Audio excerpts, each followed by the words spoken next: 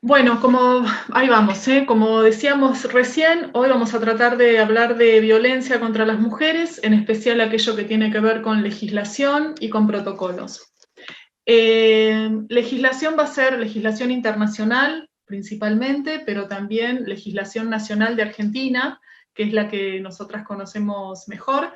Igualmente hice algunas investigaciones porque algunos países conocíamos o conocía algunas cuestiones puntuales, pero sobre otras también intenté averiguar un poquito más para tener un ida y vuelta con participantes de otros países, pero también si después en los comentarios y a medida que yo avanzo, alguien tiene algún dato de su país particular que nos pueda sumar, es más que bienvenido porque también nos enriquece a todas.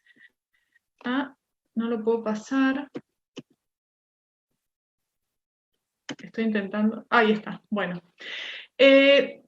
La primera filmina que habla de perspectiva de género, yo sé que María Elena habló mucho de esto y Sonia también, pero me interesaba traerlo para que intentemos reflexionar y ver todo lo que vamos a trabajar ahora que tiene que ver con las leyes de violencia, con las leyes de prevención de la violencia, con esta perspectiva de género, con esta categoría de análisis social, cultural, pero también legal, ¿no? La idea es que podamos entender de qué manera la perspectiva de género hace que tengamos una visión diferenciada de lo que antes nos parecía de una forma, y a partir de que incorporamos esta perspectiva de género, esta categoría de análisis histórica, cultural, que se asigna a cada género, podamos entender también y podamos identificar en la legislación aquellas cuestiones que fielmente respondían al patriarcado y que después distintas modificaciones de leyes y normas lo han podido erosionar a este patriarcado. No eliminar definitivamente porque sigue vigente en nuestra sociedad. Y ya que hablamos tanto de patriarcado, yo también sé que lo vimos en las clases anteriores, pero me parece interesante refrescarlo, sobre todo entendiendo al patriarcado, como dice el primer párrafo, como una manifestación y sobre todo una institucionalización del dominio masculino, no solo sobre las mujeres, sino también sobre los niños y las niñas. Ese dominio que se extiende a toda la sociedad en general, ¿qué quiere decir que queda institucionalizado? Eso quiere decir que el patriarcado no solamente no es exclusivamente una cultura o no rige solamente las relaciones personales de las personas, sino también que se refleja fuertemente en las normas y en las leyes. Y este patriarcado implica, obviamente, un poder varonil de los varones en todas las instituciones importantes de la sociedad sobre las mujeres. Y si bien esto no quiere decir que las mujeres no tengamos ni poder, ni derechos, ni influencias o recursos, sí el patriarcado tiñe todas las relaciones entre mujeres y varones, y también tiñe toda la legislación. Por eso, antes de hablar de violencia, se me ocurrió traer algunos ejemplos de cómo el patriarcado se veía reflejado en las normas legales de nuestros países. El primer ejemplo que se me ocurrió traerles es la capacidad civil plena de las mujeres. No sé si habrá abogadas o abogados entre los asistentes, pero voy a tratar de dar una definición muy cortita de lo que es la capacidad civil. La capacidad civil es la posibilidad que tenemos las personas de ejercer nuestros derechos. Hay capacidades, se hablaba en nuestro Código Civil de capacidades de derecho y capacidades de hecho. Las capacidades de derecho es la capacidad o la aptitud que tenemos las personas de poder ser titulares de derechos. Y las de derechos son aquellas que implican el ejercicio efectivo de esos derechos. Bueno, las mujeres carecíamos de esa capacidad de ejercicio de derechos cuando se sancionaron los códigos civiles. Como pueden ver, en Uruguay, Brasil, Argentina, Chile, puse algunos ejemplos de en qué años las mujeres obtuvimos esa capacidad plena. Uruguay siempre es pionero en estas cosas y lo hizo en 1946. Brasil 1962, Argentina 1968 y Chile 1989, un año que me sorprendió mucho cuando lo transcribí, y si hay alguna compañera o compañero chileno o chilena capaz nos pueda comentar algo más al respecto. porque en Chile se habla del Estatuto para la Mujer Casada, y ahí se introdujeron muchos cambios, ¿no?, en las relaciones maritales y sobre todo con los bienes. Pero en Argentina, en 1968, a partir del decreto ley 17.711, que cambió varios aspectos del Código Civil, una de las cuestiones que derogó fue esa incapacidad de hecho que teníamos las mujeres para ejercer nuestros derechos. ¿Y qué derechos? O sea, en la práctica, ¿qué era lo que nos restaba no poder ejercer esta capacidad civil plena? Cuestiones básicas y cotidianas, como por ejemplo que las mujeres no podíamos disponer de nuestros bienes, no podíamos firmar escrituras, ni transferencias de dominio de un auto, si es que lo teníamos. ¿Y quién era nuestro representante legal? ¿Quién era el que firmaba por nosotras en nuestro nombre? Bueno, si éramos solteras, nuestro padre, y si éramos casadas, nuestro marido. Entonces ahí había una transferencia, ¿no?, entre hombres de ese poder de representar a la mujer, pero siempre a través del poder masculino, las mujeres ejercíamos nuestros derechos. Otro ejemplo de conquista también del movimiento femenino y de cómo las mujeres teníamos cercenados nuestros derechos tiene que ver el sufragio, la posibilidad de las mujeres de votar. Acá hay una lista de cuándo se fue obteniendo ese derecho en los distintos países. En Argentina la ley se sancionó en 1947, pero las mujeres tuvimos la posibilidad de votar por primera vez en 1951, ¿no? Esto tiene que ver con que la ley se sancionó en un año en que no hubo elecciones, y las próximas elecciones fueron en 1951. Otro ejemplo que también les traigo, que a mí también me parece muy paradigmático de lo que era el patriarcado y lo que era el ejercicio de los derechos de las mujeres, tiene que ver con la patria potestad, con el ejercicio de esa patria potestad, que hoy es compartida. En realidad ya no hablamos más de patria potestad, en Argentina hablamos de responsabilidad parental, pero la patria potestad, que en su momento eran el conjunto de derechos y obligaciones que los padres y las madres teníamos sobre nuestros hijos y nuestras hijas, eran ejercidas exclusivamente por los varones, ¿no? De alguna manera, la palabra, la frase patria potestad encierra todo un concepto de la potestad del padre para decidir sobre ciertas cuestiones.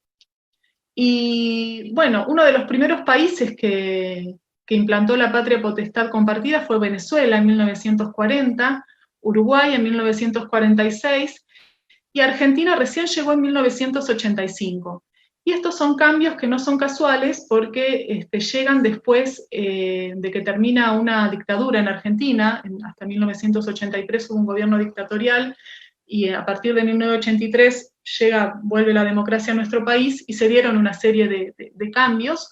Uno de ellos fue la patria potestad compartida, que nos permitió a las mujeres ser representantes legales de nuestros hijos y nuestras hijas, y otra modificación también muy, muy grande en este sentido y que también se debe al movimiento de mujeres fue la ley de divorcio. Pero bueno, estas cuestiones que parecen detalles o parecen situaciones que estaban muy arraigadas en las sociedades demuestran cómo el patriarcado se institucionalizó a través de los derechos que nos otorgaban y que nos permitían ejercer a las mujeres.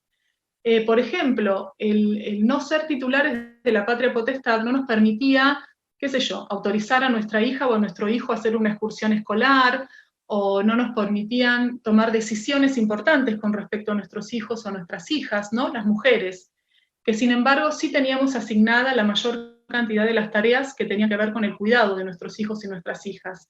Entonces, fueron distintos cambios, distintas modificaciones que fueron erosionando al patriarcado, como decíamos antes, no eliminándolo, porque el patriarcado no solamente son las leyes que rigen en los países, sino también toda una estructura social de desigualdad, pero fueron distintas conquistas de los movimientos de mujeres para igualarnos en derechos.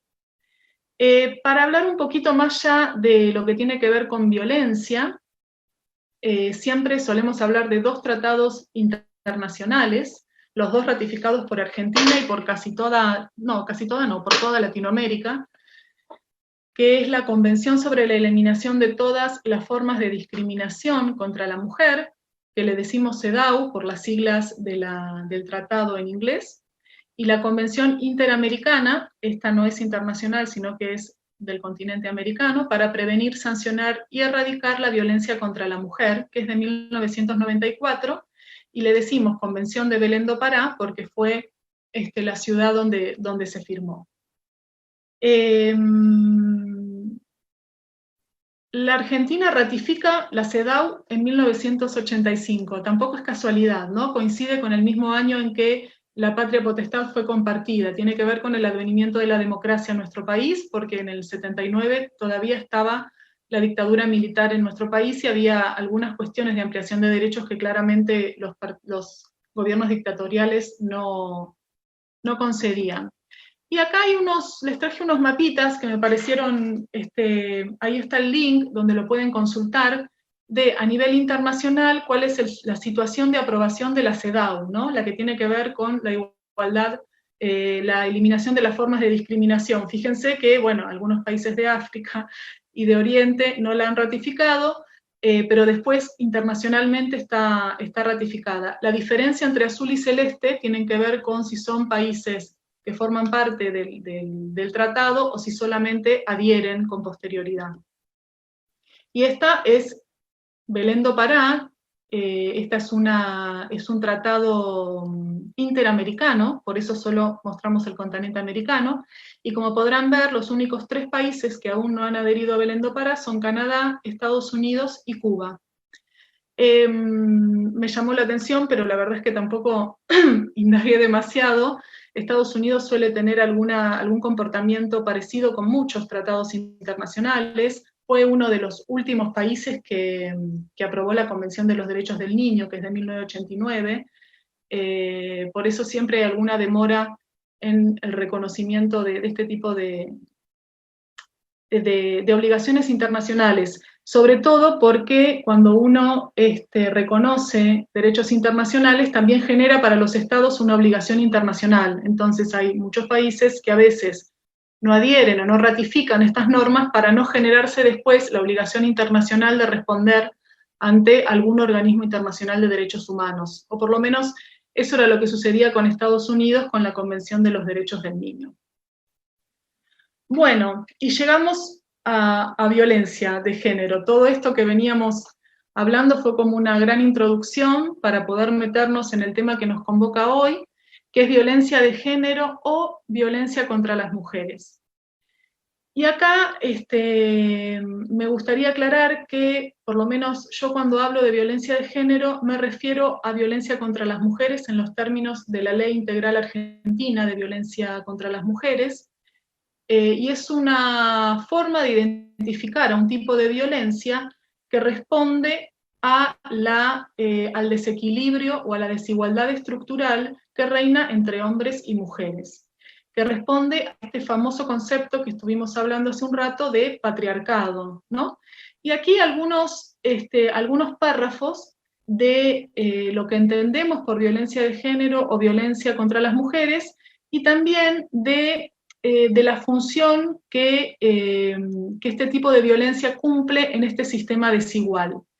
Siempre que en sociedades existen sistemas tan desigualitarios o tan con tanta diferencia al acceso a los derechos, la violencia suele ser un mecanismo para poder sostener en el tiempo este sistema tan dual, ¿sí? Por eso decimos que es un mecanismo útil en la perpetuación de los estereotipos sexuales y patrones culturales e históricos. Un poco lo que nos hablaba en la clase anterior Sonia, ¿no? De cómo estos estereotipos y la división sexual del trabajo está impuesta en nuestra sociedad. Bueno, esa imposición y la forma en que esa posición se sostiene a través de los siglos es posible a través de la violencia, ¿no?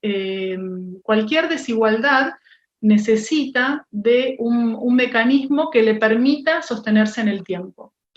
También podemos pensar que esta violencia de género, violencia contra las mujeres, que en los últimos tiempos hemos podido observar un recrudecimiento de toda esta violencia, tiene que ver con cierta resistencia o renuencia al empoderamiento o a la emancipación femenina. Es como una reacción social, si se quiere, de la parte más conservadora o más recalcitrante que de alguna manera intenta seguir dominando a la otra mitad del mundo, que somos las mujeres.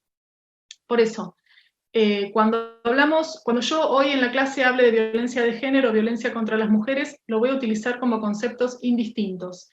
Eso no quiere decir que no haya otro tipo de violencias, que no vivamos en una sociedad violenta, pero hoy hablamos exclusivamente de esta, de la violencia por la cual somos víctimas las mujeres por ser mujeres y que responden a esta desigualdad estructural, a esta violencia como un mecanismo para sostener la desigualdad estructural que fomenta el patriarcado. Y para poder dar una definición un poquito más fuerte y más firme, a mí me gusta mucho la definición de la ley argentina, que es la ley 26.485, que fue sancionada en el año 2009, y que ya su nombre nos da como muchos conceptos encerrados en una sola frase, ¿no? Es una ley de protección integral. Ojo, porque integral quiere decir que es una ley que va a tratar de cubrir todos los aspectos de la vida de las mujeres. Después de la Convención de Belén do Pará, muchos países de Latinoamérica dictaron leyes de protección integral. Argentina lo hizo en el 2009, como podemos ver acá, pero miren, tengo acá anotada, Bolivia fue en el 2013, Colombia en el 2008, Venezuela en el 2007, Perú en el 2015, México en el 2013, Costa Rica en el 2009, y todos estos países que nombré dictaron leyes de protección integral, con este concepto de integralidad, de tratar de cubrir los mayores aspectos de las vidas de las mujeres. E incluso Costa Rica, en la ley integral que sancionó, fue la misma ley que también incluyó al femicidio como un crimen dentro de su código penal, pero eso lo vemos un poquito más adelante. Entonces, volviendo a la ley argentina, es del 2009, después tuvo dos modificaciones, dos leyes que la modificaron, que le incorporaron un nuevo tipo de violencia y que después también la otra ley le incorporó una nueva modalidad, eso lo vamos a ver ahora cuando avancemos otro poquito, pero la integralidad de la ley habla de que es una ley para prevenir, sancionar y erradicar la violencia contra las mujeres en los ámbitos en que desarrollen sus relaciones interpersonales. Esto habla de la integralidad de la ley.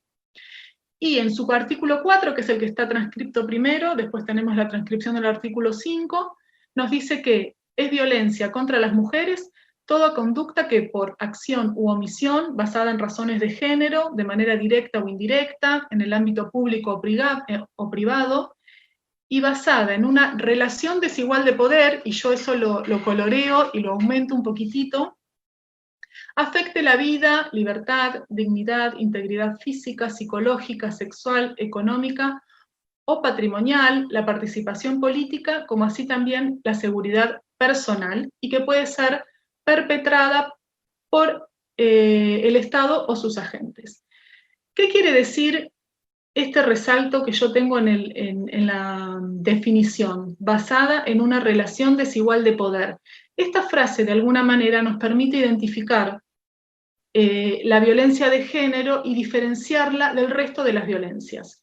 Cuando, como decía Sonia, yo trabajo en la Defensoría del Pueblo y atendemos muchas veces a mujeres víctimas de violencias de género, y esta frase de basada en una relación desigual de poder la tenemos que tener presente todo el tiempo para poder identificar una violencia de género y poder diferenciarla de otros tipos de violencias, que las mujeres también sufrimos, que los hombres también sufren, que los niños y las niñas también sufren, pero que no son consecuencia de esa relación desigual de poder que se plantea entre víctima y victimario y que tiene por detrás la historia de la desigualdad estructural entre hombres y mujeres. De esta manera podemos identificar cuando una mujer es víctima de algún tipo de violencia, si esa violencia de la cual es víctima es de género o es una violencia de las tantas que están presentes en nuestra sociedad. Y es muy interesante que la ley también incorpore en su concepto de violencia que también entiende por violencia de género, y esta ley se va a aplicar para los casos en que la violencia es perpetrada por el Estado o por sus agentes. No es menor esta inclusión, porque le da una amplitud de criterio para poder ser aplicada. Bueno, después el artículo 5, cuando habla de violencia indirecta, tiene que ver con aquellas violencias que son más difíciles de identificar y que por lo general son prácticas discriminatorias que ponen en desventaja a la mujer con respecto al varón. Esto, cuando vayamos avanzando en los tipos y las modalidades, lo vamos a ir entendiendo un poquito más. Bueno, como les decía, el concepto que da la ley de violencia es muy buena, pero en general toda la ley argentina de violencia contra las mujeres es una ley muy pedagógica. Enseña mucho, explica mucho, y la verdad que su sola lectura nos da muchísimos elementos para poder entender de qué hablamos. Y aquí es donde nos habla de los tipos de violencia a los cuales las mujeres podemos ser sometidas. Y habla de violencia física, psicológica, sexual, económica, patrimonial, simbólica y política, que la tipología como violencia política fue una de las incorporaciones que se sucedieron después de la sanción de la ley a través de una ley distinta. Bueno, ahora, si les parece, vamos a ir viendo cada tipo de violencia. Cuando aparezca el párrafo que aparece, es la definición que da la misma ley, y después vamos a ir tratando de hablar un poquito de cada una para ir entendiendo de qué se trata. Violencia física, digamos que es la violencia más obvia, ¿no? Que es esa violencia que es más fácil de identificar.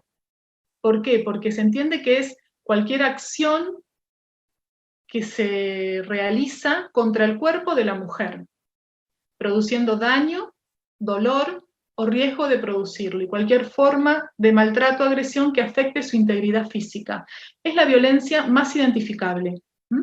Es aquella violencia que estamos más acostumbradas a ver y que más fácilmente nos damos cuenta de su existencia.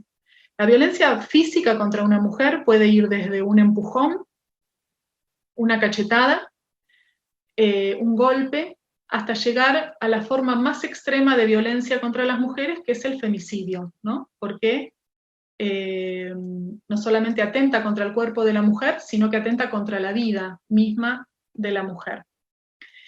Y aquí también me gustaría hablar un poquito de esta incorporación del femicidio como una figura penal, que también tiene que ver con estas modificaciones legales que veníamos hablando, que van erosionando al patriarcado. La figura penal de femicidio se puede incorporar de dos formas a los sistemas legales. Se puede incorporar como una circunstancia agravante o se puede incorporar como un delito penal diferenciado. La incorporación del femicidio como figura penal no es una acción preventiva, es una acción punitiva, ¿no? Claramente, los delitos no se previenen con penas más altas, o por lo menos eso es lo que yo creo, sino que lo que se hace es condenar con mayor fuerza determinados delitos, como en este caso es el femicidio, para entender que el bien protegido, vida, mujer, es un bien protegido importante para una sociedad, pero no estamos hablando de que la incorporación de la figura penal va a prevenir los femicidios, porque es cierto que las personas que cometen estos tipos de delitos tan graves no es que le tienen miedo a la pena, ni le tienen miedo a la ley, ni nada que se le parezca, pero sí nos muestra que es una sociedad que le da un valor muy importante a la vida de las mujeres y que agrava las penas cuando esa muerte se produce en un contexto de violencia de género. Esto es lo que pasa en la ley argentina. Cuando se incorpora el agravante en el Código Penal, no es que se habla del femicidio como un delito independiente, sino que se entiende el femicidio como el homicidio de mujeres. Entonces, para que se entienda mejor, un homicidio simple en la Argentina tiene una pena de 8 a 25 años, ahora cuando ese homicidio se produce en un contexto de violencia de género, la víctima es una mujer y quien ha perpetrado ese homicidio lo hace en el contexto de violencia de género, la pena se agrava y en lugar de ser de 8 a 25 puede llegar hasta ser una pena de prisión perpetua. Lo mismo sucede en Colombia, Puerto Rico o Venezuela. Incorporan la figura del femicidio como un agravante a la del homicidio. Y después tenemos otros países que han decidido incorporar el delito como un delito penal diferenciado. Y ahí tenemos México, Costa Rica, Chile, El Salvador, Bolivia, Perú. ¿Esto modifica en algo la cuestión? No, la verdad es que no la modifican nada, sino que es una cuestión de técnica legislativa, cómo algunos legisladores prefieren establecer la figura del femicidio y cómo prefieren establecerlo otros. Y ustedes ven que puse femicidio y feminicidio, ¿no? Y acá hay los países, algunos usan el término femicidio, otros el feminicidio, y otros países como Argentina no utilizamos el término feminicidio, sino que hablamos de un homicidio agravado. Feminicidio, la diferencia entre femicidio y feminicidio es que el femicidio es el homicidio de la mujer, mientras el feminicidio, que es un vocablo que ha introducido y ha utilizado mucho Marcela Lagarde, además del homicidio de la mujer, incluye la variable de impunidad del Estado, ¿no? Supone que ha habido una inacción por parte del Estado para que se produzca la muerte de la mujer. En realidad, en las leyes, utilizar femicidio o feminicidio no cambia en nada el resultado. En ambos casos se entiende que es el delito y la muerte de la mujer por cuestiones de género, pero, no sé, me pareció interesante aclararlo porque entender que también la inacción del Estado colabora o ha brindado impunidad para que el homicidio de la mujer pueda producirse, me pareció interesante para reflexionar un poco y para que, si lo llegan a escuchar, para que entendamos la diferencia. Bueno, como les decía, el aumento de las penas no implica prevención, ¿no? Hemos visto en nuestros países, sobre todo en Argentina, un incremento de la cantidad de los femicidios. A veces nos hacemos la pregunta de si es realmente un incremento, o quizás ahora las sociedades lo entendemos y lo cuestionamos de una manera distinta. Este es una placa de los femicidios directos que se produjeron en la Argentina en el año 2019. Como pueden ver, tenemos 252 víctimas. Este es un registro que hace el Poder Judicial de la Nación. En Argentina también se han contado los femicidios antes de que exista este registro. Muchas ONG lo han hecho, sobre todo la Casa del Encuentro, y comparé, y la verdad que el número es más o menos el mismo. Hay algunos datos interesantes, no sé si llegan a verlos, pero que a mí me gustaría compartirlos con ustedes. De esos 252 víctimas de femicidio, 26 eran niñas o adolescentes. 90% de las víctimas conocían al sujeto activo. ¿Qué quiere decir esto? Que conocían a quien cometió el femicidio. Esto viene un poco para volver a reforzar y entender que las mujeres, en la mayoría, cuando somos asesinadas, cuando sufrimos el mayor delito que puede existir, por lo general nuestro victimario lo conocemos, es decir, que de alguna manera se refuerza esta frase que muchas veces se ha dicho, que el lugar más inseguro para las mujeres es nuestra propia casa. El 46% convivían, ¿no? De todas las muertes, la mitad casi convivían con su homicida. El 66% era su pareja o su expareja. Digo, acá reforzamos esto. Una de las mayores causas de muerte de las mujeres son los femicidios. Otro dato muy interesante, 42 personas habían denunciado al sujeto que después las terminó asesinando. Esto refuerza un poco ese concepto de feminicidio, ¿no? Si 42 de las 250 personas habían denunciado a quien después termina matándola, hay una clara inacción del Estado. Y hay un grado de impunidad con el que se manejan los homicidas cuando asesinan a mujeres que es muy grande y es muy grave, y la verdad es que es para tenerlo en cuenta. Y después el otro dato es que al menos 222 niños, niñas y adolescentes han quedado sin su mamá por causa de este crimen. Con respecto a esto, me interesa comentarles que en Argentina tenemos una ley de reparación económica para las víctimas de femicidio, que es una asignación dineraria para los hijos e hijas de víctimas de femicidio. Esto fue conocido en nuestro país como la Ley Brisa. Primero se sancionó la ley en la ciudad de Buenos Aires por una iniciativa legislativa de la Defensoría del Pueblo y por una lucha también del movimiento de mujeres, y en especial de la Casa del Encuentro, que es una ONG que ha venido batallando mucho esta ley también, pero actualmente ya se ha sancionado a nivel nacional. Y otra vez acá, otra ley que sigue erosionando el patriarcado y que también le da protección a las víctimas indirectas del femicidio, ¿no? Porque las víctimas directas somos las mujeres, claramente, y aquellas que mueren, pero después hay una cantidad de víctimas indirectas que el Estado les brinda esta protección. Y otra ley que se sancionó también hace poco, en el 2017, fíjense, hace muy poquito, hace 2 años, es la ley que priva de la responsabilidad parental a los padres de los niños a cuyas madres asesinaron. ¿Se entiende, no?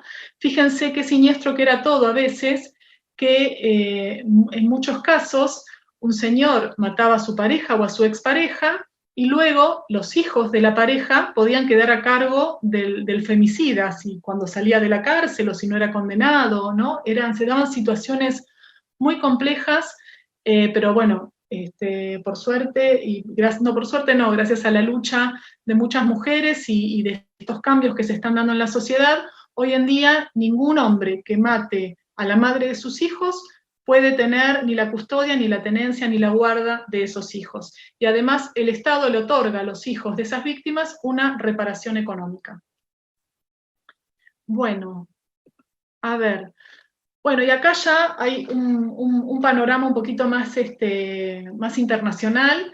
Esto es información del Observatorio de Igualdad de Género de CEPAL, que nos muestra en naranja el número absoluto de femicidios en el año 2018 y en violeta la tasa por cada 100.000 mujeres.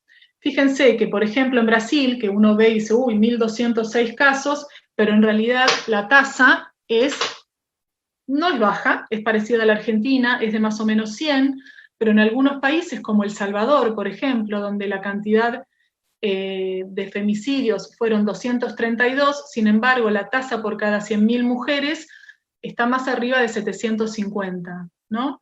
Lo mismo en Honduras, que también es muy alta, en Trinidad y Tobago, en República Dominicana, en Guatemala, en México. En México, Ecuador y Argentina están más o menos similares, ¿no? Pero tiene que ver con la cantidad de población, por eso quizás en México, igual que en Brasil, vemos un número muy alto, pero la tasa cada 100.000 no llega a los números que tenemos en El Salvador o en Honduras. Bueno, esto me pareció interesante para que podamos entender la importancia de estas modificaciones en la legislación para avanzar en estos temas. Bueno, y acá son 3 parrafitos para que después cuando lo puedan ver en el Power está bien detallado la cantidad de mujeres que han muerto en el 2018 como víctimas de feminicidio o femicidio. Son 3.287 mujeres, pero en realidad la CEPAL llega a la conclusión de que son más, que son 3.529 mujeres, porque hay algunos países que no identifican feminicidios o femicidios si no son parejas o exparejas. Entonces ahí está el número diferenciado. Bueno, todo esto para hablar de la violencia física, ¿no? Que es el tipo de violencia más visible, como decíamos, y que tenemos el tipo de violencia más extrema, que es el femicidio. Otro tipo de violencia que nos nombra la ley es la violencia psicológica. Y acá también traje el concepto de violencia psicológica que nos da la ley argentina. Es muy completa, pero no es taxativa. ¿Qué quiere decir? Que nos da muchos ejemplos. Entonces puede ser el acoso, el hostigamiento, la humillación, la deshonra, la manipulación, la culpabilización, la vigilancia constante, la exigencia de obediencia, el insulto, los celos excesivos, el abandono, pero no es taxativo, no es que solamente son estos casos, sino que en general es todo aquello que cause perjuicio a la salud psicológica y a la autodeterminación de las mujeres, ¿sí? Causando daño emocional y disminuyendo la autoestima de las mujeres. La violencia psicológica es el tipo de violencia que está siempre presente cuando hay violencia de género, ¿no? Si hay violencia física, seguramente antes hubo violencia psicológica. Si hay alguno de los otros tipos de violencia que vamos a ver más adelante, también seguramente existió la violencia psicológica. Es como la violencia simbólica, lo que nos explicaba Sonia en la clase anterior, es como la violencia de base, ¿no? De aquí para arriba, la violencia psicológica está, si hay un golpe, antes hubo un insulto, si hay un empujón, digo, son como distintos puntos que uno puede observar y que a veces son muy difíciles también de identificar como violencia, pero está bueno que una ley nos lo diga, ¿no? Que si hay celos excesivos, que si hay vigilancia constante, que si hay indiferencia, eso es violencia de género hacia las mujeres. Otro tipo de violencia es la violencia económica y patrimonial. Esta forma de violencia también es una violencia invisibilizada. Es muy difícil de identificar y de poder darnos cuenta cuando una mujer es víctima de violencia económica y patrimonial, ¿no? No es como el golpe, no es como el empujón, sino que tiene que ver con otro tipo de actitudes. La ley nos da también muchos detalles y nos dice que son todas esas acciones que están dirigidas a ocasionar un menoscabo en los recursos económicos o patrimoniales de la mujer. Y puede ser perturbación a la posesión, tenencia o propiedad de los bienes, pérdida, sustracción, destrucción de bienes personales, de documentos, de valores, de derechos patrimoniales, incluso de cuestiones que quizás no tengan un valor económico, pero sí son importantes para la mujer. También se entiende como una violencia patrimonial. La limitación en el control de sus ingresos, ¿no?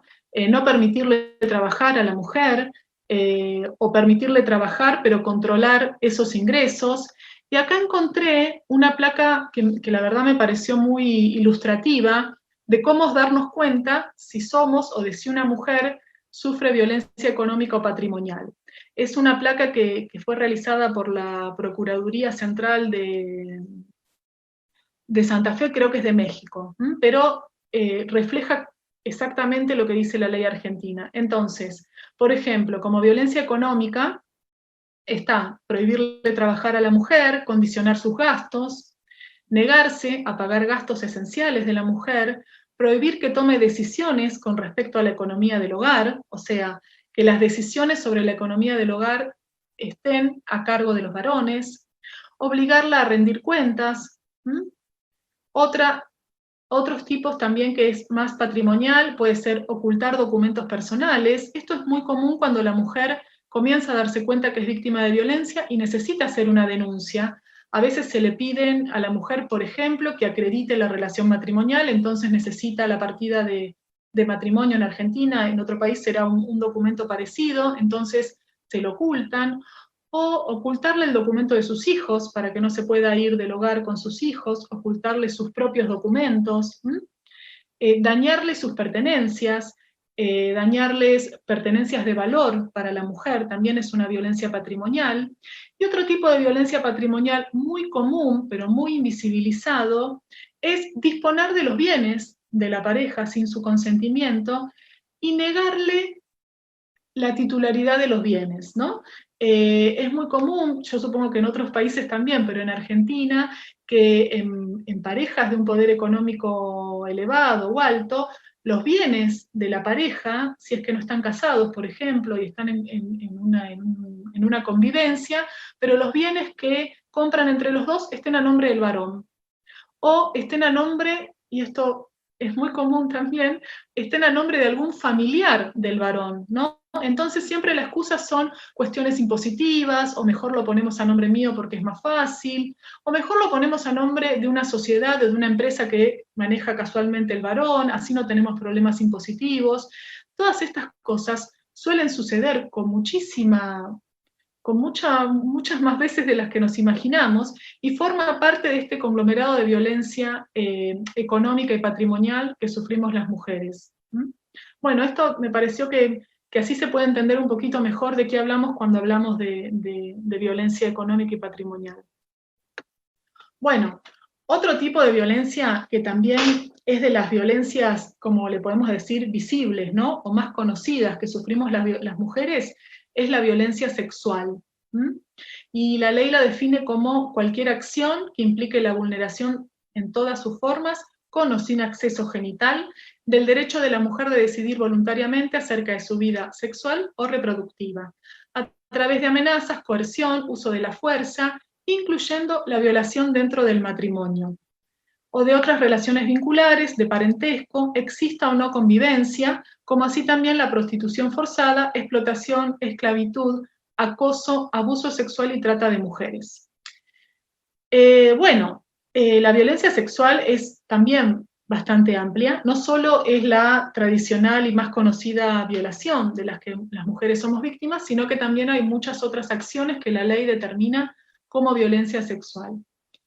Y es muy interesante que una ley tenga que marcar que también se entiende por violencia sexual la violación dentro del matrimonio, ¿no? ¿Por qué es esto? Y esto es así porque tradicionalmente, e inclusive en el Código Penal, cuando la violación se producía dentro del matrimonio, no era un delito. ¿Por qué? Porque se entendía que la obligatoriedad de tener relaciones sexuales de las mujeres cuando el hombre lo disponía formaba parte del acuerdo matrimonial. Incluso había como un avenimiento en el Código Penal, fíjense, que fue derogado recién en el 2012 en nuestro país. ¿Qué decía este avenimiento? Era una cláusula del artículo 132 del Código Penal, que era el perdón que una mujer podía otorgar a su violador si aceptaba su propuesta de matrimonio, ¿no? ¿Cómo si cuando no lo decimos así no nos damos cuenta? La ley que habla de violencia sexual es del año 2009. Sin embargo, siguió vigente en el Código Penal argentino este artículo que permitía que cualquier mujer mayor de 16 años, y lo voy a leer porque es casi un paso de comedia, pero es triste porque fue cierto, permitía que si una víctima mayor de 16 años excepcionalmente aceptaba la propuesta de matrimonio por parte del victimario, ¿sí?, siempre que lo haya hecho libremente y en condiciones de plena igualdad, se le otorgaba el perdón al agresor, como si una mujer, luego de una violación, haya tenido en algún momento una relación de plena igualdad, ¿no? Pero bueno, estas son partes de las ficciones legales que existían en nuestro ordenamiento, donde hablaban todo el tiempo de la igualdad de derechos, y teníamos estas cuestiones medias solapadas. Por suerte, después de un caso muy famoso que se dio en Argentina con una mujer de la provincia de La Pampa, esto fue derogado, y ya no existe la posibilidad de que una mujer que haya sido víctima de una violación pueda otorgarle el perdón a su violador aceptando una propuesta de matrimonio. Algo terrible, pero bueno, así era. Otro tipo de violencia de la que también habla la ley es la violencia simbólica. Este tipo de violencia, es como dice Sonia, es como la madre de todas las violencias, fue de todo lo que estuvo hablando en gran parte de su clase Sonia la semana pasada, y tiene que ver con la violencia, la que a través de patrones estereotipados, mensajes, valores, íconos o signos transmite y reproduzca dominación, desigualdad y discriminación.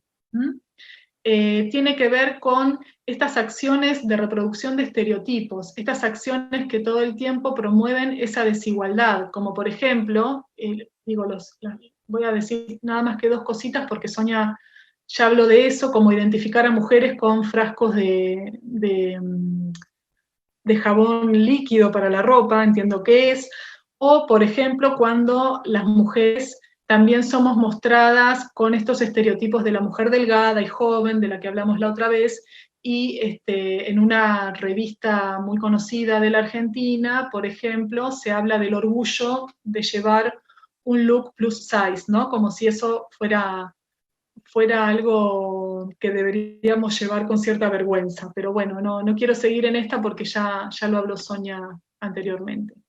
Y este tipo de violencia, que es la violencia política, fue uno de los tipos incorporados luego de la sanción de la ley, y tiene que ver con esta violencia que sufrimos las mujeres y que por razones de género, y mediando intimidación, hostigamiento, deshonra, impida o limite el desarrollo propio de la vida política, el acceso a derechos y deberes políticos de las mujeres, menoscabando y desalentando, esto es muy importante, porque este tipo de violencia no se ejerce directamente, ¿no? No es que nos impiden que seamos candidatas de manera directa, encerrándonos en nuestras casas y reteniéndonos los documentos para que no podamos ser candidatas a algún cargo político, sino que lo que se genera es esta acción corrosiva de desalentar la participación de las mujeres en cualquier espacio público y de la vida política, pero no solamente en cargos de la vida política, sino que también se incluyen otras instituciones muy importantes, partidos políticos, organizaciones sociales, asociaciones sindicales, medios de comunicación, etc.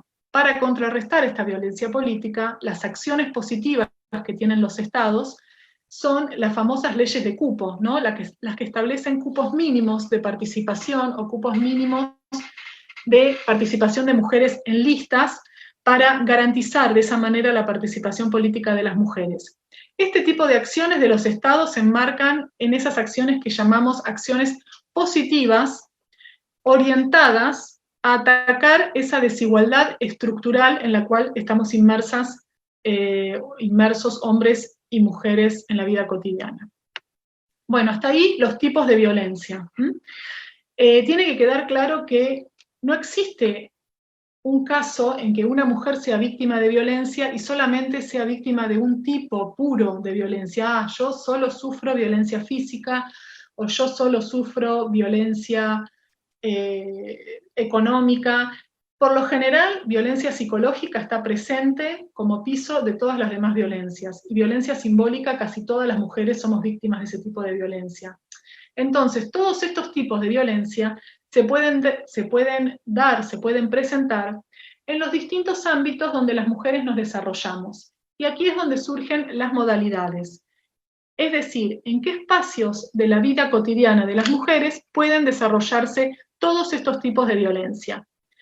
Y allí la ley nos detalla la violencia doméstica, la violencia institucional, laboral, contra la libertad reproductiva, violencia obstétrica, mediática, en el espacio público y pública o política. Todos los tipos de violencia que vimos antes pueden manifestarse a través de todas estas modalidades.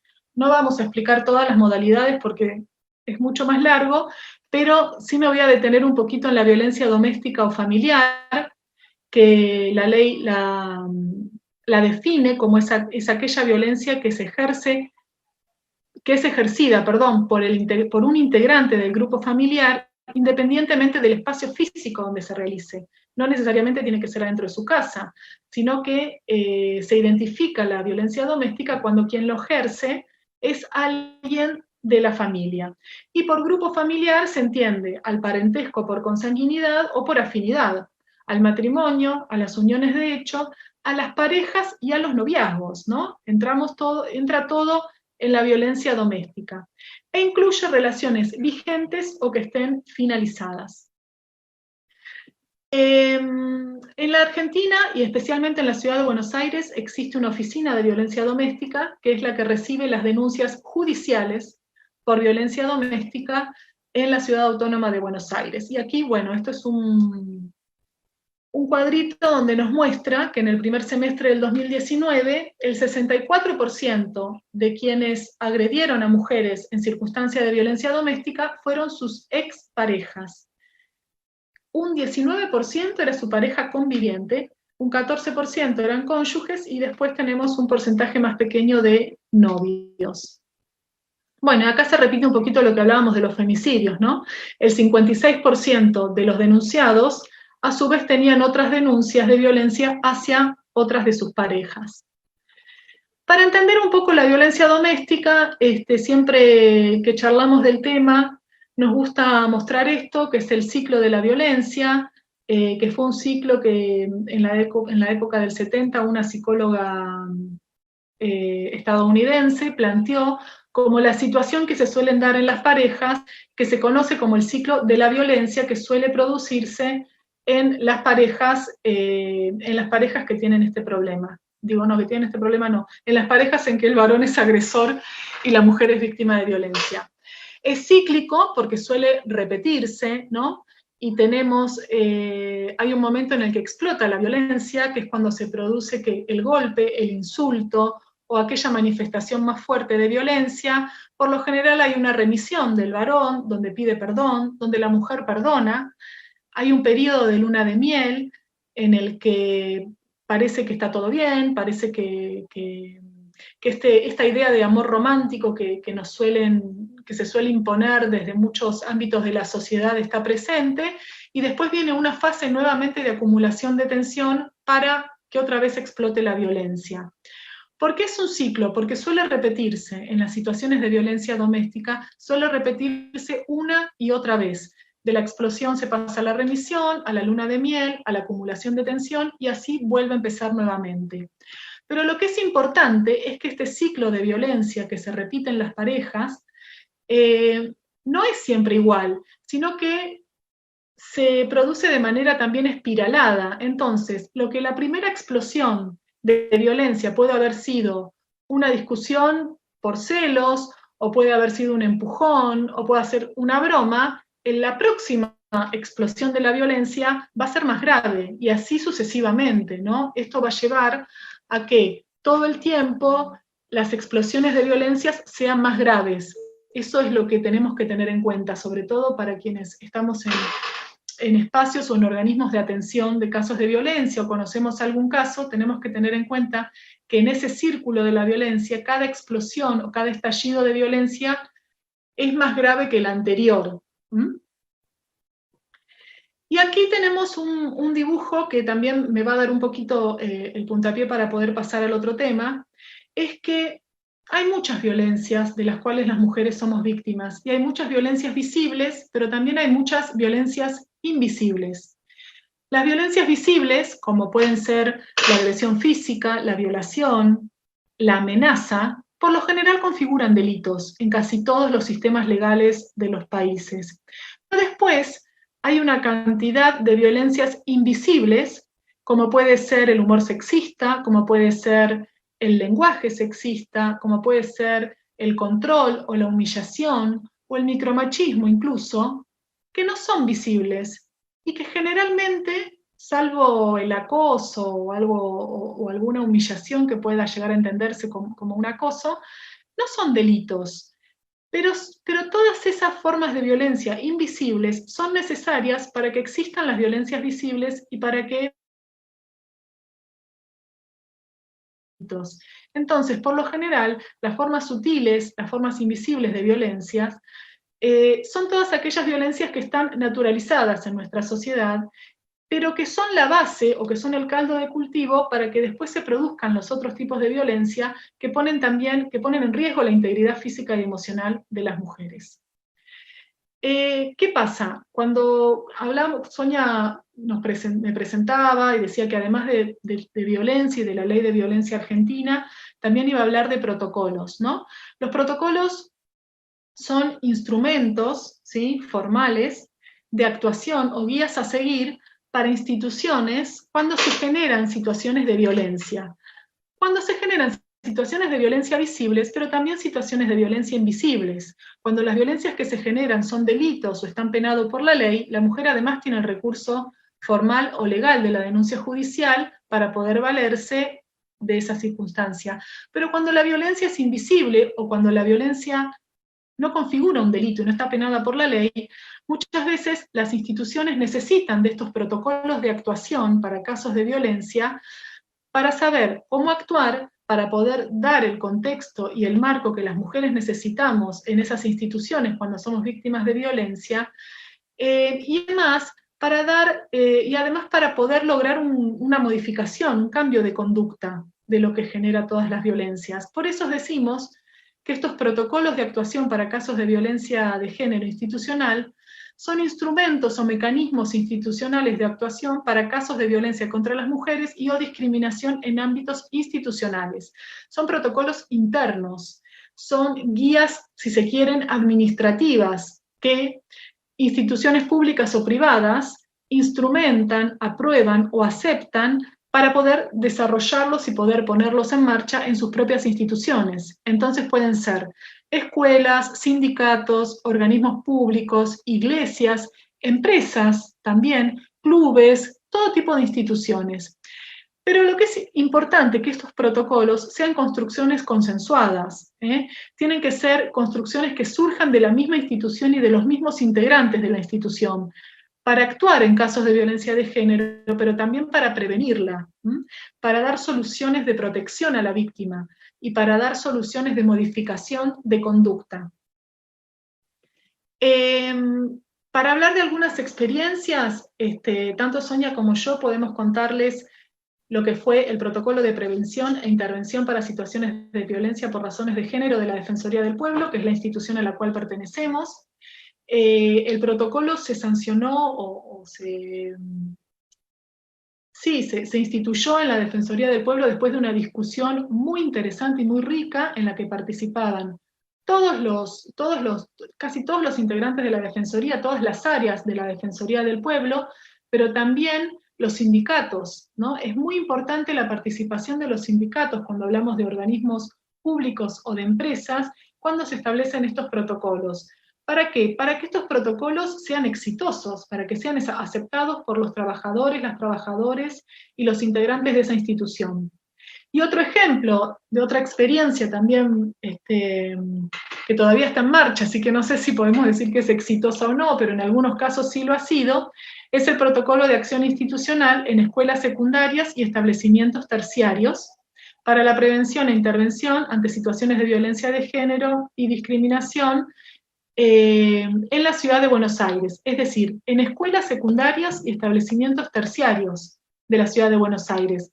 Este protocolo surgió porque quienes viven en Buenos Aires quizás se acuerdan, pero hubo hace unos años muchas tomas de colegios secundarios por parte de los alumnos por distintos reclamos, ¿no? Porque se estaba por instalar una nueva forma de secundaria que se llamaba secundaria del futuro. Esto generó la protesta de los estudiantes y también la protesta de las estudiantes que de alguna manera, en el contexto de esas tomas de escuela, reclamaron al Ministerio de Educación de la ciudad un protocolo claro de intervención para casos de violencia de género.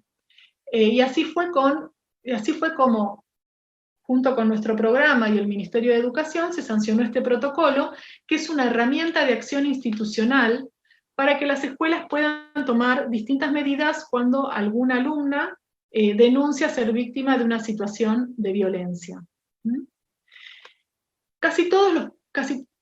Todos los protocolos en estos casos tienen que cumplir como determinados principios generales, que son aquellos principios de atención a las mujeres víctimas de violencia. Y entre ellos están la confidencialidad de los casos, la no revictimización, el trato digno a la mujer que se acerca a denunciar o a comentar una situación de violencia, la celeridad y la diligencia. Esto es muy importante. Es necesario que las instituciones tomen decisiones rápidas y acordes a las necesidades de las mujeres. Y bueno, obviamente la perspectiva de género. Si no tiene perspectiva de género, le falta la mitad del protocolo. Y algunos principios particulares que estos protocolos tienen que tener es poder establecer circuitos de atención ágiles, articular con los circuitos legales y la normativa vigente. Un protocolo no puede contener normas o soluciones que no sean de acuerdo a los circuitos legales y a la normativa vigente. Si alguna mujer va a comentar haber sido víctima de violencia de una situación que es un delito, a esa mujer hay que asesorarla con respecto a la realización de la denuncia, a los aspectos legales del delito del cual fue víctima, etc. Pero ese asesoramiento no solo tiene que ser legal, sino que también tiene que ser un asesoramiento interdisciplinario, ¿sí? Poder contar con un apoyo psicológico es muy importante para las víctimas de violencia. Y después, esto es más institucional, las instituciones tienen que, de alguna manera, saber comunicar primero la existencia del protocolo, la existencia de la herramienta, la posibilidad de que todas y todos sepan que existe un protocolo de acción institucional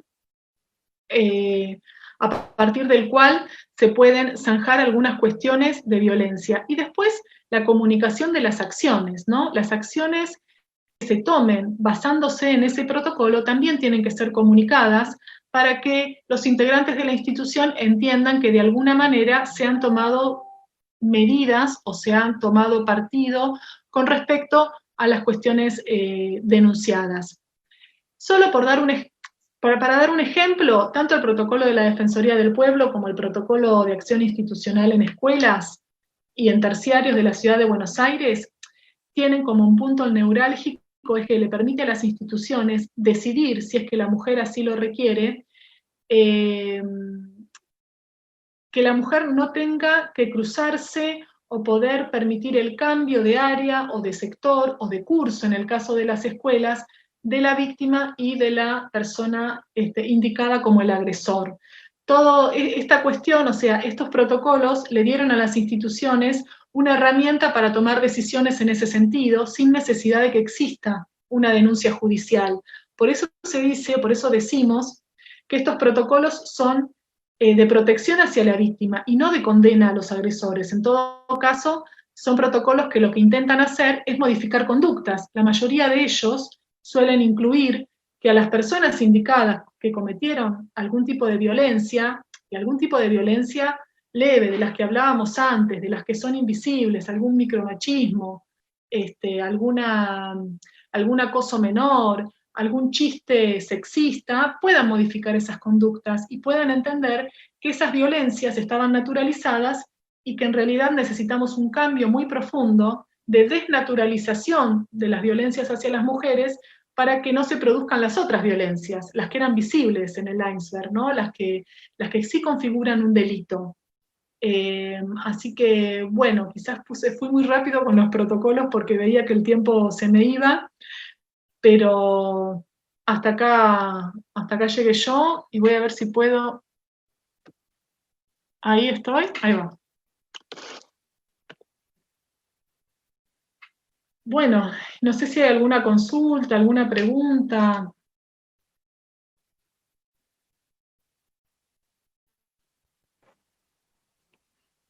Hola. Bueno, hay algunas preguntas en el chat. Creo que Sonia, ¿estás? No le veo a Sonia. No te escuchamos, Son.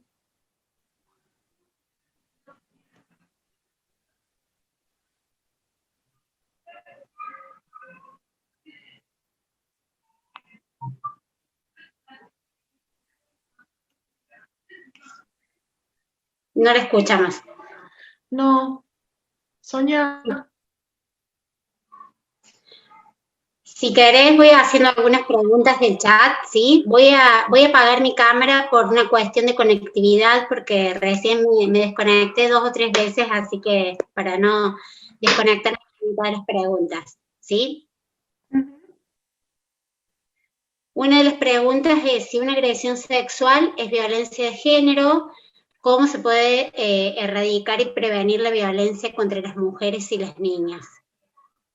Bueno, una agresión sexual es claramente una violencia de género hacia las mujeres y fácilmente identificable. En todas las agresiones sexuales las víctimas somos mujeres y los agresores son varones, con lo cual es uno de los tipos de violencia donde mejor se identifica, ¿no? La violencia hacia las mujeres. Y la prevención, un poco era lo que decíamos al final, desnaturalizar las violencias, por muy chiquititas que parezcan, hacia las mujeres, forma parte de la prevención. La educación sexual integral para todos los chicos, las chicas, los adolescentes, también es fundamental para erradicar las violencias de género hacia las mujeres.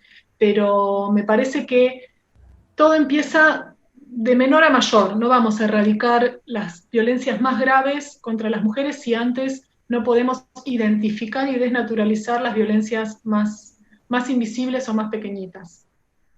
Hola, acá estoy. Se me había colgado la máquina. Ahí sí puedo seguir. Acá una pregunta de Florencia Scarfo. Dice, querría saber si estos protocolos se aplican en las instituciones que toman denuncias de violencia de género, por ejemplo, en el Ministerio Público Fiscal. En realidad, cada institución tiene que aprobar su propio protocolo. Los protocolos no se pueden imponer. Digo, para general y para prevenir están las leyes. Después, cada institución puede sancionar su propio protocolo, por eso decíamos que tienen que ser consensuados, ¿no? Si en este caso es el Ministerio Público Fiscal, deberá consensuarse con los trabajadores, las trabajadoras, los sindicatos, tienen que estar de acuerdo en que se sancione este protocolo, que es de actuación interna. Quizás eso no lo aclaré, los protocolos son para la actuación interna de las instituciones y solamente se aplican a los integrantes de esas instituciones, por eso son protocolos consensuados. No sé si el Ministerio Público Fiscal tendrá su propio protocolo, pero podría tranquilamente redactarlo y aprobarlo. De hecho, acá, por ejemplo, agrego algo, en la Ciudad de Buenos Aires, desde el año pasado se sancionó una ley que establece que los organismos públicos tienen que tener en la Ciudad de Buenos Aires sus protocolos, es obligación, así que en ese camino están sumándose y redactando sus propios protocolos muchos organismos de la Ciudad de Buenos Aires. Bueno, a ver, acá Carmen Rojas Pedrosa dice, es como que quiere confirmar si entendió. Las leyes de violencia se dieron después de la Convención de Belém do Pará. Cada una se rige de ella, pero adopta bajo sus propios artículos. O sea, entiendo que pregunta si cada una se adaptó de manera particular, ¿no? Sí, en general las leyes, no, todas las leyes de prevención integrales sobre violencia contra las mujeres fueron posteriores a Belém do Pará. Y casi todas reflejan el articulado de Belém do Pará. Después cada ley será mejor o peor en el criterio legislativo, cada una es distinta en lo que tiene que ver con el órgano de aplicación de la ley. Por ejemplo, yo les comentaba, la de Costa Rica, además de ser una ley de protección integral, incorporó al femicidio como una figura penal en su código penal, ¿no? Después cada país le dio los matices del país que le permitían, pero la base o el fundamento general fue, claro, Belém do Pará, sí. María Fernanda Heredia pregunta si la tenencia, no la entiendo muy bien a esta pregunta, entiendo que se refiere a lo que comentaste de que antes podía pasar que un padre femicida se quedaba con la tenencia de los hijos. Sí. Ella dice, la tenencia de los hijos al padre femicida nació a partir de un caso, no, al revés, lo que se está peleando, bueno, explícalo vos. Claro, en realidad lo que estableció la ley es que cuando hay un padre femicida no puede hacerse más cargo de sus hijos, ¿sí? Hubo un caso muy conocido en Argentina, en Buenos Aires, donde un señor mandó a matar a su pareja, a su expareja, era su expareja en ese momento. Al señor lo condenaron, no lo condenaron con el agravante de femicidio porque todavía no estaba vigente esa ley, pero lo condenan por un homicidio simple, y el señor sale como en prisión domiciliaria porque era un señor grande, y los hijos de la pareja terminaron viviendo con él. Ese fue un caso paradigmático.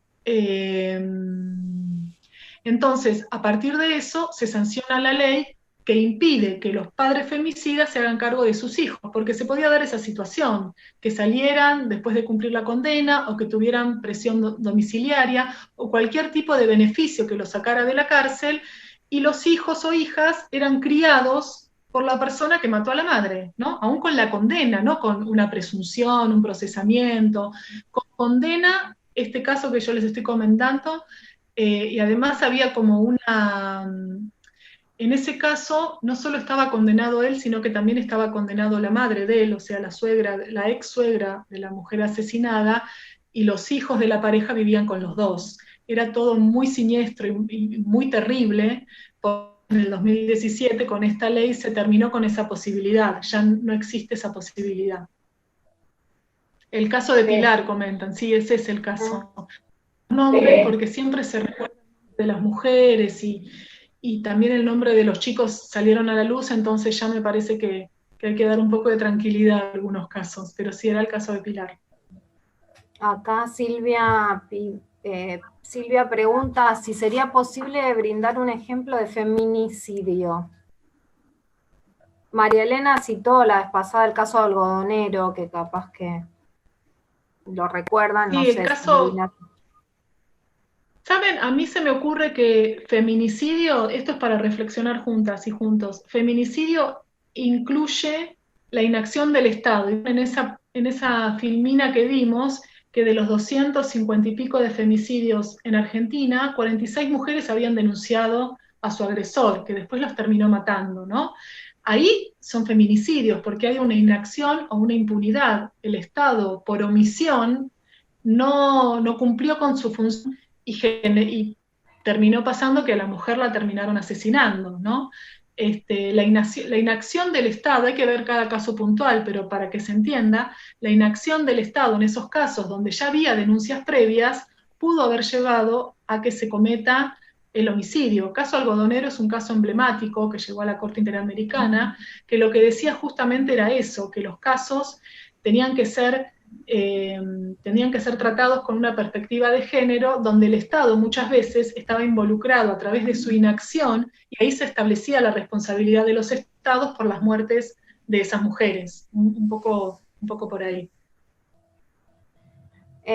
¿Cómo lograr generar compromisos con representantes de municipalidades y el Estado para hacer cumplir y aplicar estos protocolos y políticas para la prevención de la violencia de género?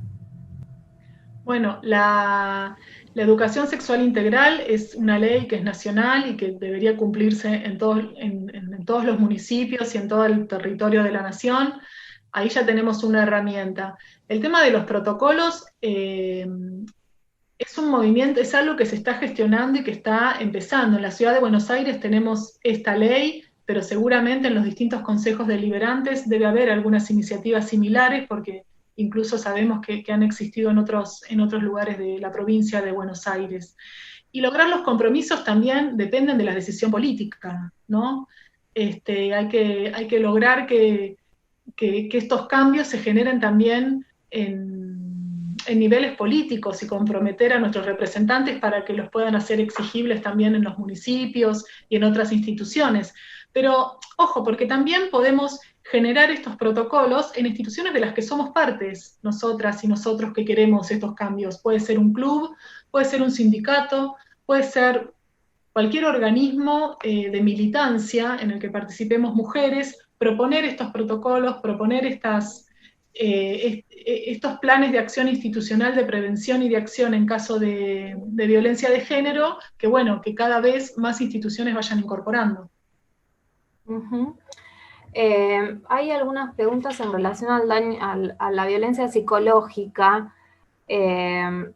Alguien pregunta cómo se puede cuantificar, y otra persona pregunta si hay, de alguna manera, cómo se prueba esto, ¿no? Si se conocen cantidad de casos, no sé por qué dice de 2018, de denuncias de violencia psicológica. Bueno, la Oficina de Violencia Doméstica, cuando hace estas estadísticas, otro de los gráficos, además del que mostramos acá, también suele diferenciar por tipo de violencia denunciada, ¿no? Entonces, hay como estas tortas donde muestran física, psicológica, económica.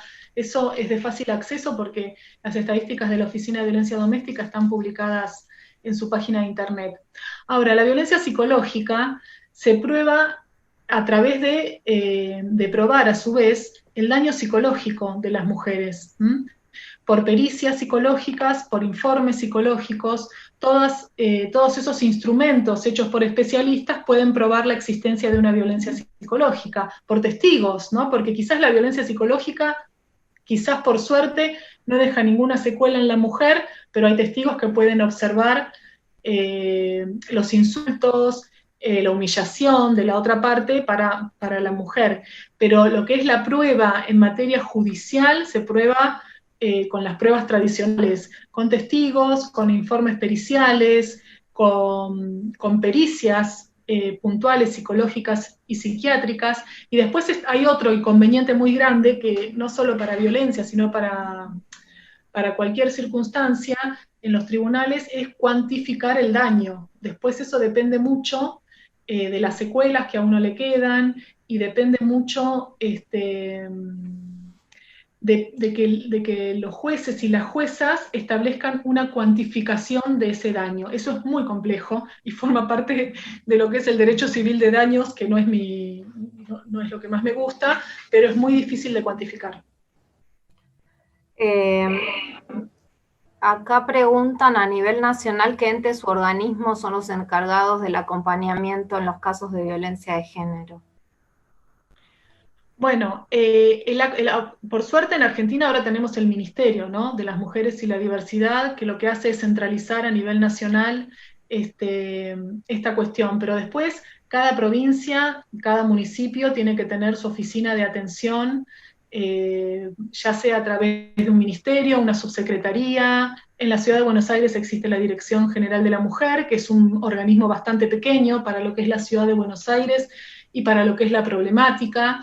Pero en general, pero es una responsabilidad del Estado dar asistencia interdisciplinaria a las mujeres víctimas de violencia, y no porque lo digamos nosotras, porque es una obligación asumida a través de los tratados internacionales. Cada jurisdicción, cada provincia, cada municipio tiene que tener un área de género y de asistencia a las víctimas de violencia, asistencia interdisciplinaria, que tiene que ser legal, psicológica, psicosocial. Habrá que ver en cada espacio donde estemos. En la Ciudad de Buenos Aires es la Dirección de la Mujer, la provincia de Buenos Aires, después del 10 de diciembre, también tiene un ministerio específico para las mujeres, al igual que en Nación, pero es una obligación del Estado brindar esa asistencia. Acá, bueno, la violencia desató muchas preguntas, ¿no? Es un tema que realmente convoca mucho. Alguien pregunta si la violencia patrimonial tiene prescripción, está preocupada por qué pasa cuando una mujer se separa y en general queda muy desvalida económicamente y demás. Bueno, eso depende mucho del caso en concreto, ¿no? Porque por lo general, cuando la violencia patrimonial estaba simulada o solapada, las prescripciones empiezan a correr desde el momento en que la mujer o la otra parte se da cuenta de que esa simulación existió. Hay que ver el caso en concreto, si estamos en el medio de un divorcio, si en el divorcio ya hay sentencia, si no hay sentencia. Digo, en esos casos donde la cuestión patrimonial hay que mirarla con lupa, depende de cada caso en concreto y depende cómo se haya planteado eso jurisdiccionalmente. Si se planteó desde el principio, si la mujer se enteró después. Por lo general las prescripciones corren desde el momento en que una toma conocimiento de las cosas. No puede haber una prescripción si una no tenía conocimiento. Pero ojo, porque tampoco se puede hablar del error propio, hay que contextualizarla, esta violencia de género, para que sea entendida de esa forma. Y a veces, como estas cuestiones se resuelven en juzgados patrimoniales, es muy difícil contextualizar y que el juez entienda que estábamos siendo víctimas de violencia de género patrimonial y por eso no nos dábamos cuenta. Pero ya ha habido algunos fallos que han reflejado esta cuestión de la violencia patrimonial hacia las mujeres y han tenido en cuenta la violencia de género como un agravante de estas cuestiones. El Código Civil nuevo también avanzó mucho sobre eso, porque hoy tenemos la compensación económica, que es un concepto que no existía en el Código Civil anterior, y que la compensación económica viene de alguna forma, le da la posibilidad a los jueces de establecer compensaciones económicas, seguramente teniendo en vista esta circunstancia de que muchas veces somos víctimas de violencia patrimonial y llegamos a un divorcio sin bienes y la otra parte llena de bienes. Entonces, a veces la compensación económica viene como a tratar de remediar un poco esa cuestión, pero lo que es importante para las abogadas y los abogados es también apropiarnos un poco de los términos y ponerle nombre, ¿no? Decir, no, bueno, esto fue violencia económica, aunque después venga la compensación patrimonial. Es muy técnico, pero quizás da más para una consulta que para una pregunta.